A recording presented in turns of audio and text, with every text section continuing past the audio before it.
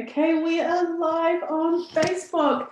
Hey everyone, welcome to another week in the love seat. And this week I am so excited to be joined by Tara Barnes, who is joining us from Athens, Greece. Welcome, Tara. It's so amazing to have you here. Hello. Hi, thank you. It's so great to be here. I'm so excited. Yay. Okay, and I'm just going to go into Facebook and find us because I'm broadcasting straight into the Revolutionary Woman page. But actually, while I do that, oh, okay, here it is. I had the other tab open. I love it. I love it. Here we are, and we're live, and I can see us. That's amazing. And we've got a couple of people joining us. That's amazing. So if you're joining us live, then please let us know that you're here and where you're tuning in from. And let us know if you've got any questions for myself or Tara as we go along. So, Tara, this is really exciting. Yes. Okay, the very first thing I want to say to folks, and actually it looks like I know our broadcast is going again, that's cool. The very first thing I want to say to folks is to welcome Tara officially into the Revolutionary Woman family, and Tara is going to be our global community assistant, which is Yay. I'm so excited. yeah, and we're figuring out what that means. Firstly, so Tara and I are going to be figuring out what that actually means. But part of what it means is that there's just going to be a whole lot more love and support in our community going forward. And Tara is going to be helping us out in so many amazing ways, both in this community and in the Revolutionary Woman Global Dojo, which is our membership community, and which I'm going to be telling you more about next week, actually. And just helping everyone, really get more of what they need. And one of the things that Tara's going to be doing is reaching out to all of you who expressed interest in joining us in the love seat, right, and being in the seat that Tara is in today, and making sure that everyone gets their day in the love seat, because I need help. We need help. So many of you are going to be hearing from Tara, and Tara's going to be in the community. If you have questions, especially on today's thread. So I'm going to get better at putting the Wednesday support thread in the group every Wednesday, and Tara's going to be looking at that as well. So, Or maybe I'll be helping him with that. Yeah. Welcome, Tara. So let's hear about you. Let's tell everyone some stuff about you. And I just, as we're thinking about that, I want to say hey to Sarah and Michelle, who are joining us. Sarah's joining from London, and Michelle's in the States. That's really awesome. So, Tara, you're in Athens, Greece. Let's start off by maybe just sharing with folks a little bit of your story and how you ended up in Athens, Greece, and what you're doing there. Yeah. Well, the first time I ended up in Athens, Greece, at the time, a little bit, when I booked my ticket, I had just recently left my abusive ex-husband and was at a friend's drinking one night and talking about travel. I'd always loved to travel. And the next day I booked my ticket. And decided I took 10 weeks to travel. I was planning on spending about 2 of that here in Greece, and I spent all 10 of it except for a couple of days. I just absolutely fell in love with Greece. The first time I came here, it was just like, this is my home. I never knew what home was until I got here. Wow. So tell me, what was it about Greece that gave you that feeling? It was just the people, the openness, and it might have just been, that fresh travel feeling, that first time of just taking a backpack and having a little bit of money and just going to see what happens. Right. So it might have just been that initial love and rush of travel, but I've traveled quite a bit since then, and I still never feel at home unless I'm in Athens or Greece. So wow. Yeah. So getting back on the plane to go back to the States was one of the hardest things I ever did. but I did it and then worked for another, I think, 6 or 8 months. Luckily got my job back. So continued to work as a nurse for another 6 or 8 months. And then I booked a one-way ticket to Europe with like $1,000 in my pocket. I was like, okay, I'm going to write and I'm going to maybe teach English and I'll just see what happens and try and make it work. And here I am like 7 years later. So that's amazing. And we've just got some other people joining us, Lorna joining from Portland and Rachel joining from London here in Canada. Tara, I heard you mention a couple of things during that story. One is that you were a nurse. So you were a nurse before that happened. Yes. So tell us a little bit about that. You trained as a nurse and you practiced as a nurse and you're no longer sort of practicing as a nurse. So what was that part of your journey about? It was a little bit difficult at first, to be honest, because I've always loved helping people. It's just been part of who I am. And as someone who had a lot of health issues, it just seemed like the medical field was just always meant for me. I decided from a really young age that I wanted to be in the medical field. So kind of shifting out of that was, it was a big change and it was kind of like shocking. And honestly, I don't know, at the start, it wasn't really my plan to just stop forever. But it seems like my life has shifted so that I'm helping people in different ways. And also, as my mind has opened, I've realized how absolutely horribly broken the American healthcare system is. And like, I'm grateful that I don't have to be a part of that. As much as, and I loved it. I loved working as a nurse, but it just wasn't right. And if I had been in a hospital, like in a really good job, I might not have started traveling. But they weren't hiring that many nurses. And so I had just like normal crappy job and so nothing to lose. So I might as well go. Right. And, Michelle's just saying it's so right. And it's really curious. I know so many people, especially in our younger lives when we train for these careers and we do it because we're passionate about something, we want to make a difference. And then we find ourselves in these systems that just don't work, that really aren't good for human beings. And it can be really hard to maintain that fundamental way of being in these systems that are so destructive. And, Michelle's saying healthcare is toxic. Yeah, absolutely. And it's actually quite ironic, isn't it? When you think about it. You become a nurse to help people and then you realize after like, oh my gosh, we're just poisoning people for money. It's kind of what it feels like a lot in the American healthcare system. So let's just put an underscore underneath that, poisoning people for money. Yeah. I really believe that. Here in Greece, like antibiotics, if you get a tooth infection, you go to the doctor and it's free, and then the antibiotics cost you like €4. In the States, it's like it can be hundreds of dollars to fix that. In the States, it's like, okay, we don't even need to go there. That's a whole nother there. Well, actually, let's go there for a few minutes because it's really activating something in me.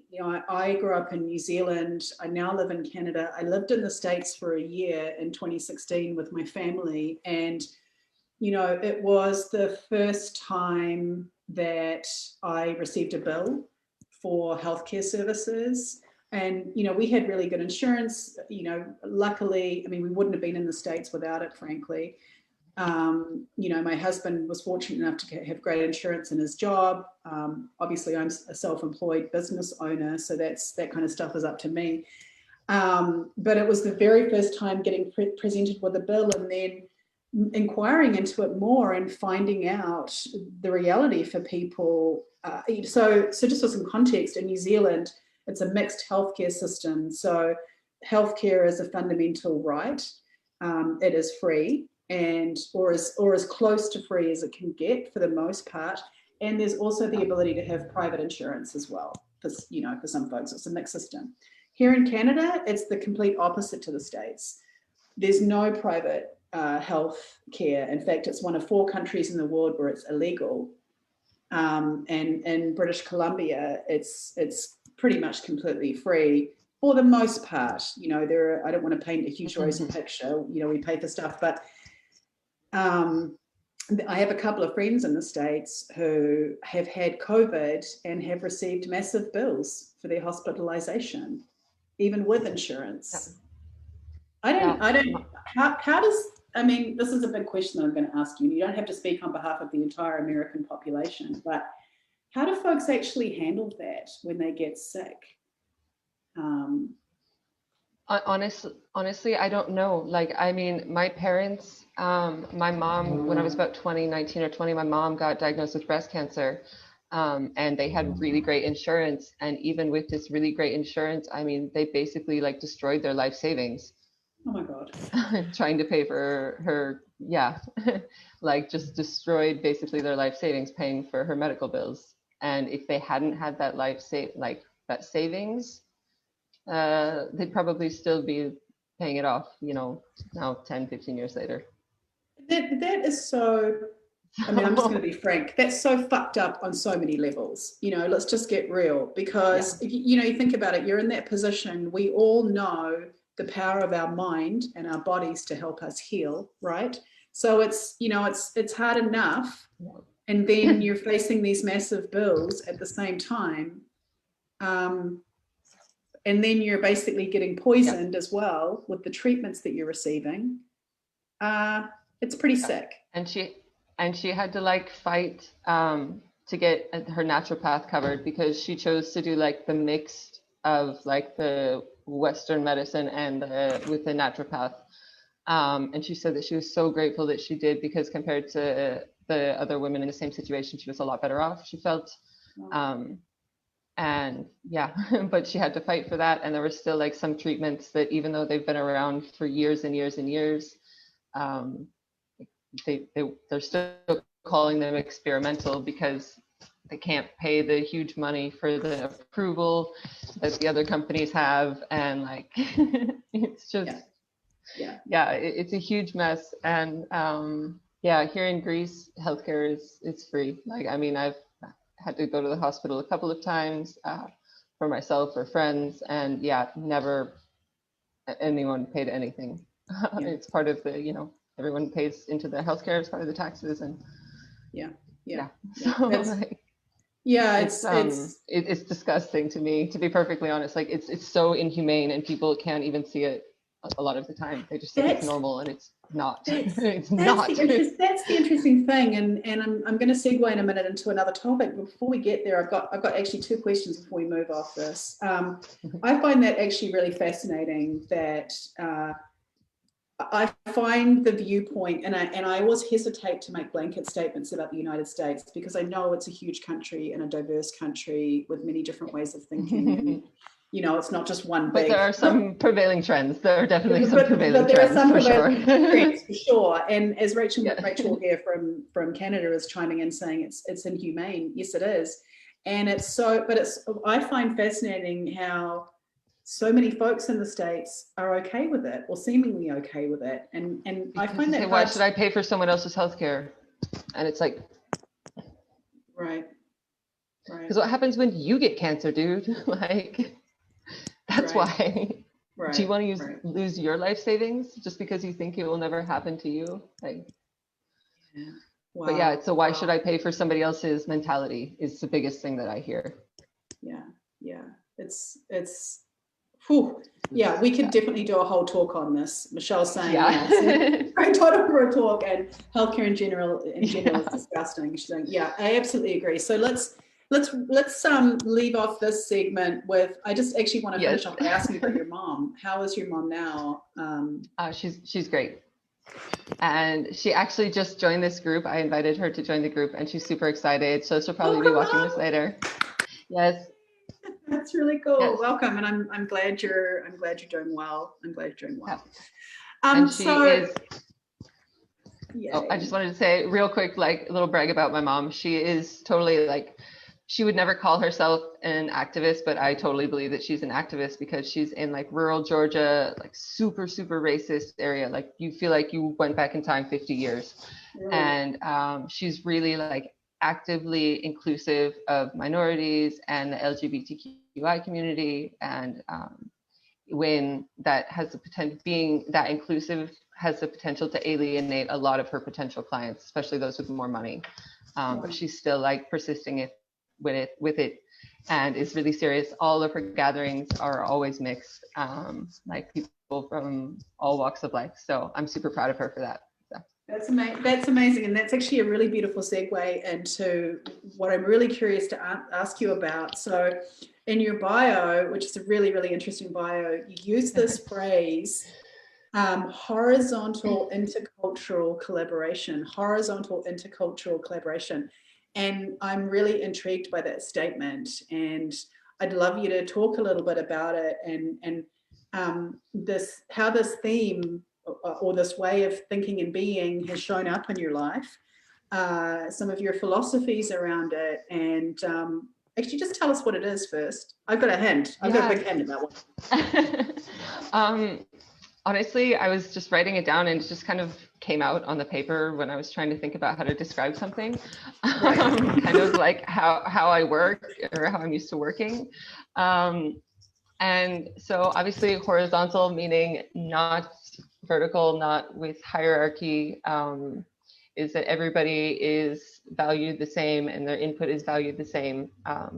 Obviously, some people may be more leading and some people may be following, to some level, but the fact that it's generally people are on the same level. It's not this like, it's working outside of the system of I'm your boss, so do what I tell you. Like it's not this. It's like it's like this. And I guess obviously part of that is the collaboration. It's working with, everybody has different skills and abilities and talents and ways of being. And this idea that when you embrace those and allow people to follow, what's good and right for them, that whatever you're making together will be stronger, more beautiful, done easier, whatever. And the intercultural, in a lot of situations, like as in life in Athens, obviously the refugee crisis in Greece here is just unbelievable. And that's another thing that we could spend hours talking about that. But I'm going to ask you some questions about that shortly as well. So But like there's a lot of organizations that come in and it's just like these like white, like the German or British or American organizations, and they come in and they just like come in with their band-aids and their food, and they think that they're like, they've got the white savior complex like up to freaking here, and like it's just disgusting. And that's not always the case. I've seen some really, really beautiful examples in community organizations, in Squat Life. Some really great examples of hugely diverse people I've lived with people in the same building from maybe 15, 20 countries. And, so it's finding a way to be able to communicate and connect across the language borders, across the cultural borders, in a way that allows people to be part of the team and contribute in the way that feels best for them and feels good for everybody. So I guess that's kind of what it means to me. I love everything you're saying, and I love everything you're saying, and it really aligns with my own personal philosophy and experience of working around the planet. And really I was about to say what I think, but I'm going to say what I know is that if we're going to solve the level of systemic problems that we're facing as a species right across the planet, because there's no part of the planet at this point that's untouched, it's going to take all of us. it's going to take all of us coming together. It's definitely an all hands on deck moment for the human race. And I think we often, when it comes to solving problems, the approach, certainly through my lens of doing, how am I going to phrase it? I was going to say development work, but I don't mean development work. It's often the case of a group of people going somewhere to do something for a community of people. And I think that is, while people may enter into that work with wholly good intentions, right, because they want to do good things, there can often be, in my experience anyway, a real lack of skill in terms of the with part. Because I do believe that when communities are asked, they have their own answers already, and maybe they need some empowerment with resources or with whatever, but they don't necessarily need someone coming in and doing it to them. Exactly this. And that's why a lot of the groups that I've become closely involved with have been self-organized, community organized, not outside people coming in to tell you what you need and give you what they want to give you when and how they want to give it to you. Right. And I think these, and they, I don't know, it's so interesting. So many of the systems that we've created, whether it's the charitable sector, the business world, all of these different silos, often perpetuate the problems that they're attempting to solve.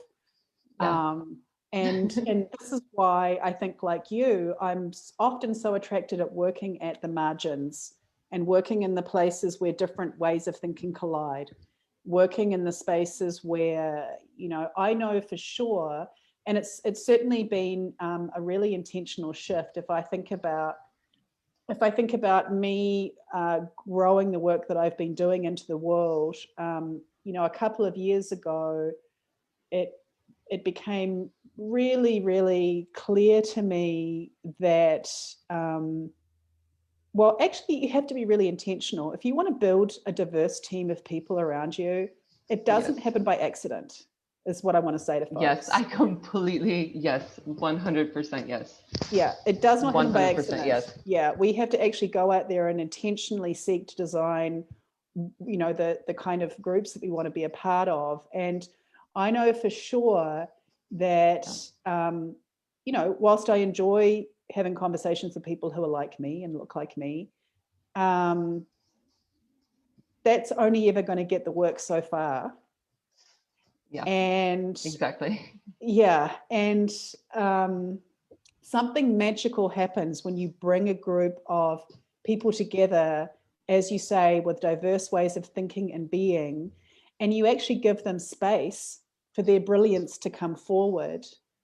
For many years, I was a member of a very large New Zealand-led cooperative movement, which has been going since the 1940s, and hundreds of thousands of families have been a part of this movement. And the fundamental structure, organizing structure that organization uses is called a cooperative group or a consensus group. And the fundamental attitude is that there's a leader, and everything is done in circle, and there's a leader in every chair. Yes, someone is hosting the space and holding the container, but the idea is around emergent leadership and creating space for each person's, brilliance to come in when needed. And being a part of that organization just really opened my eyes to the limitations of sitting around with people who think and look like you. And so let's move into, there's, again, we could riff off all of these topics all day long and see us doing some teaching on this together in the future. I'm curious about where you're at in Athens, and you mentioned the refugee crisis. What is it like? That's a big question, but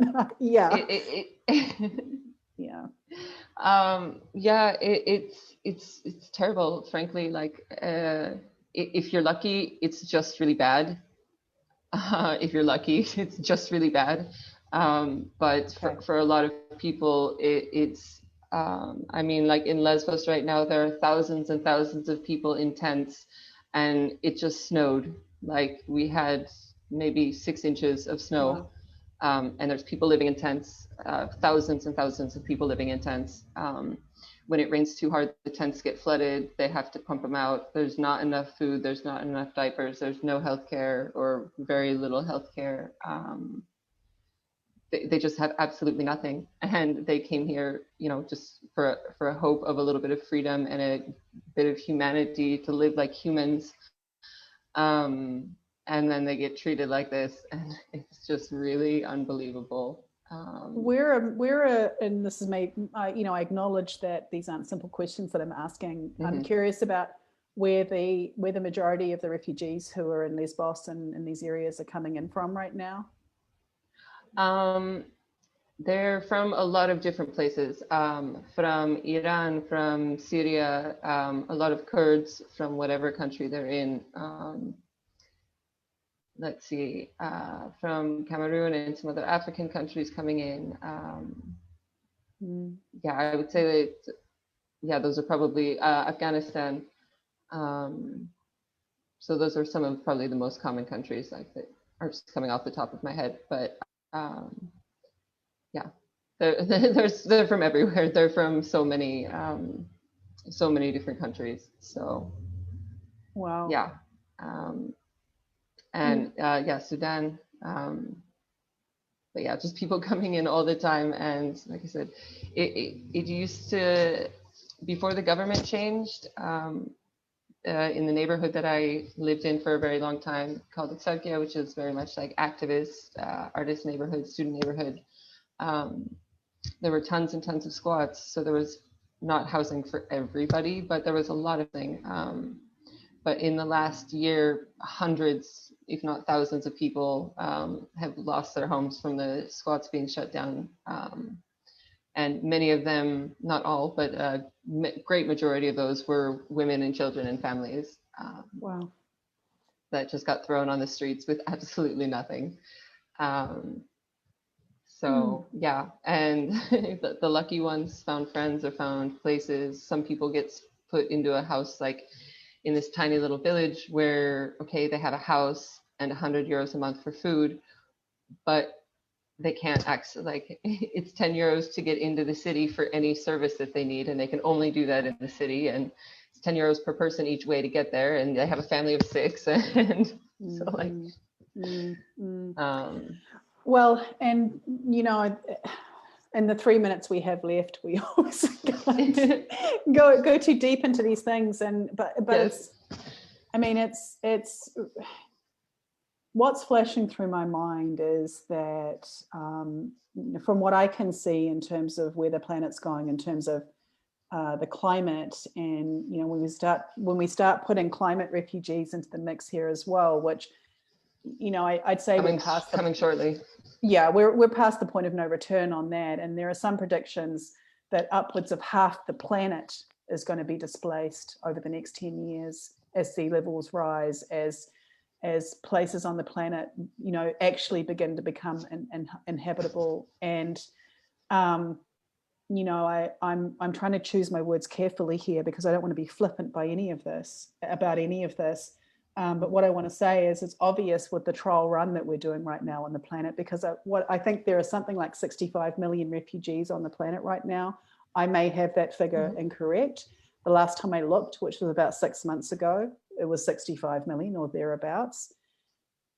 That is an unbelievable amount of people who, and I think that we, and I'm going to use again like this generalized statement of we, have this idea of who these people are. And oftentimes these are actually people who had lives and homes, who, you know, who they're Absolutely. Not right. I mean, let's take somewhere like Syria, for example, where people were living what we would class as normal doctors, engineers. Yeah, yep. Exactly. And I think there's a lack of understanding for so many of us about the pathway to becoming a refugee, or the prevailing pathway on the planet, and then what happens once you're there. And, you know, I'm going to say something controversial, which is, I think one of the big problems we've got on the planet is the idea of borders and countries. And we're going to have to rethink all of that, in my opinion, if we No borders, no nations for life. No, for sure. Right. You know, for sure. Humans. So we're human. Right. We're humans. And, you know, and yet we are placed in really a lottery system of birth, oftentimes. You know, I mean, if I think about myself being born in New Zealand and being a dual citizen of New Zealand and Canada, I mean, come on, it's pretty awesome. But it's a lottery. Yeah. Yeah, it's a lottery. So, whew, man, wow. Yeah. So, okay, so let's finish off. Yeah, let's finish off by saying that I actually want to say something to my community right now. That part of my fundamental lens or viewpoint as an agent of change is that we actually need to be able to develop the muscle to not just talk about really challenging issues, but spend time with them, if that makes sense. And